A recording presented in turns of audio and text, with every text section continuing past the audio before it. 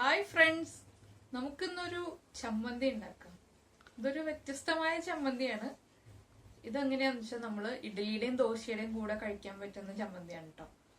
കപ്പയുടെ കൂടെയും കഴിക്കാം. ഇതെന്താന്ന് വെച്ചിട്ടുണ്ടെങ്കിൽ നമ്മള് നാരകത്തിന്റെ ഇല ഉപയോഗിച്ചിട്ടാണ് ഈ ചമ്മന്തി ഉണ്ടാക്കുന്നത്. നാരകത്തിന്റെ ഇല ഉപയോഗിച്ചിട്ട് നമ്മൾ അധികം ഡിഷുകളൊന്നും ചെയ്യാറില്ല. അപ്പൊ നമ്മള് സംഭാരം ഉണ്ടാക്കുമ്പോൾ സംഭാരത്തില് ചില ആളുകൾ നാരകത്തിന്റെ ഇല ഇടാറുണ്ട്. നമുക്ക് നാരകത്തിന്റെ ഇല അവൈലബിൾ ആണെങ്കിൽ നമുക്ക് സംഭാരത്തിലിടാം. ചെറുനാരകത്തിന്റെ ഇലയാണ് കേട്ടോ ഞാനീ പറയുന്നത്. അപ്പൊ നാരകത്തിന്റെ ഇല ഉപയോഗിച്ചിട്ട് ഇഡ്ഡലിക്കും ദോശയ്ക്കും കപ്പയ്ക്കും ഒക്കെ കഴിക്കാൻ പറ്റിയ ചമ്മന്തി എങ്ങനെയാണ് ഉണ്ടാക്കുന്നതെന്ന് എല്ലാവർക്കും ഒന്ന് അറിയണ്ടേ. നമുക്ക് എങ്ങനെയാണ് ചമ്മന്തി ഉണ്ടാക്കുന്നതെന്ന് നോക്കാം.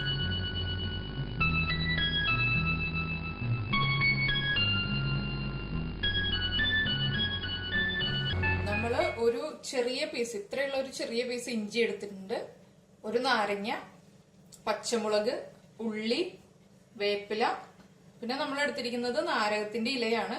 ഇതിപ്പോ ചെറുനാരകത്തിന്റെ ഇലയാണ് നമ്മൾ എടുത്തിട്ടുള്ളത്. നല്ല പച്ചത്തേങ്ങ, ഈ ചമ്മന്തി ഉണ്ടാക്കുമ്പോൾ എപ്പോഴും പച്ചത്തേങ്ങ യൂസ് ചെയ്തിട്ട് ചമ്മന്തി ഉണ്ടാക്കുക. പിന്നെ നമുക്ക് ആവശ്യമുള്ളത് ഉപ്പാണ്. നമുക്ക് മിക്സിയുടെ ജാറിലേക്ക് ഇഞ്ചി ചെറുതായിട്ട് മുറിച്ച് ചേർക്കാം.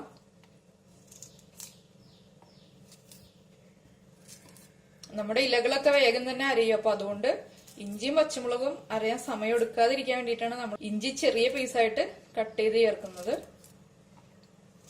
അതുപോലെ തന്നെ നമുക്ക് പച്ചമുളകും ചെറുതായിട്ട് കട്ട് ചെയ്ത് ചേർക്കാം. പച്ചമുളകൊക്കെ നമ്മുടെ എരിവ് അനുസരിച്ചിട്ട് ചേർക്കാം കേട്ടോ. അതെങ്ങനെ ഇത്ര പച്ചമുളകെന്നൊന്നും നമുക്ക് പറയാൻ പറ്റില്ല. ഇതിപ്പോ ഞാനൊരു 5 പച്ചമുളക് ചേർക്കുന്നുണ്ട്.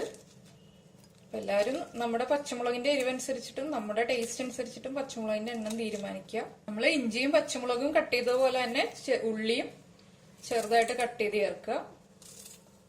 ഇതിലേക്ക് നമുക്ക് നാരകത്തിന്റെ ഇല ചേർക്കാം.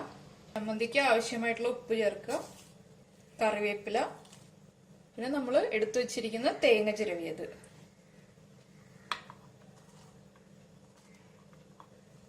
ഇനി നമുക്ക് ചമ്മന്തി അരച്ചെടുക്കാം. നല്ല ഫൈൻ പേസ്റ്റ് ആയിട്ട് അരയണ്ട, ഒന്ന് നന്നായിട്ട് ഇപ്പൊ അവിയലിനൊക്കെ ഒതുക്കുന്നതിനേക്കാളും കുറച്ചുകൂടി അരഞ്ഞാൽ മതി. നമുക്കൊന്ന് അരച്ചിട്ട് വരാം. ഇപ്പൊ ഇതാ നമ്മള് നമ്മുടെ ചമ്മന്തി അരച്ചെടുത്തിട്ടുണ്ട്. ഇതിപ്പോ ഞാൻ ചമ്മന്തി അരച്ചുകൊണ്ടിരുന്നപ്പോ ഇതിലേക്ക് പകുതി ലെമൺ ജ്യൂസ് ആഡ് ചെയ്തിട്ടുണ്ടായിരുന്നു. ഒരു നാരങ്ങയുടെ പകുതി കട്ട് ചെയ്തിട്ട് അതിന്റെ ജ്യൂസ് എടുത്തിട്ട് ആഡ് ചെയ്തു. നമ്മുടെ ചമ്മന്തിക്ക് ഒരു ചെറിയ പുളിയും നല്ല എരിവും നല്ല ടേസ്റ്റാണ് ഇത് കഴിക്കാൻ വേണ്ടിയിട്ട്. ദോശയും ഇഡ്ഡലിയും പോലെ അതുപോലെ തന്നെ കപ്പയ്ക്കും എല്ലാത്തിനും നല്ല കോമ്പിനേഷനാണ്. അപ്പൊ എല്ലാവരും ഈ ചമ്മന്തി ഉണ്ടാക്കിയിട്ട് കഞ്ഞിയുടെയും കപ്പയുടെയും ഇഡ്ഡലിയുടെയും ദോശയുടെയും ഒക്കെ കൂടെ കഴിക്കുക. നാരകത്തിന്റെ ഇല ഇപ്പൊ നമ്മുടെ വീടുകളിൽ പല വീടുകളിലും ചിലപ്പോൾ ഉണ്ടാവും. ഉള്ളവരൊക്കെ ഉണ്ടാക്കി കഴിക്കുക. അപ്പോൾ കഴിച്ചതിന് ശേഷം കമന്റ് ബോക്സിൽ ഇടുക. അതുപോലെ ലൈക്ക് ചെയ്യുക, ഷെയർ ചെയ്യുക. സബ്സ്ക്രൈബ് ചെയ്യാത്ത ആളുകൾ സബ്സ്ക്രൈബ് ചെയ്യാൻ മറക്കരുത്. നമുക്ക് അടുത്ത ഡിഷുമായിട്ട് അടുത്ത ദിവസം കാണാം. ബൈ.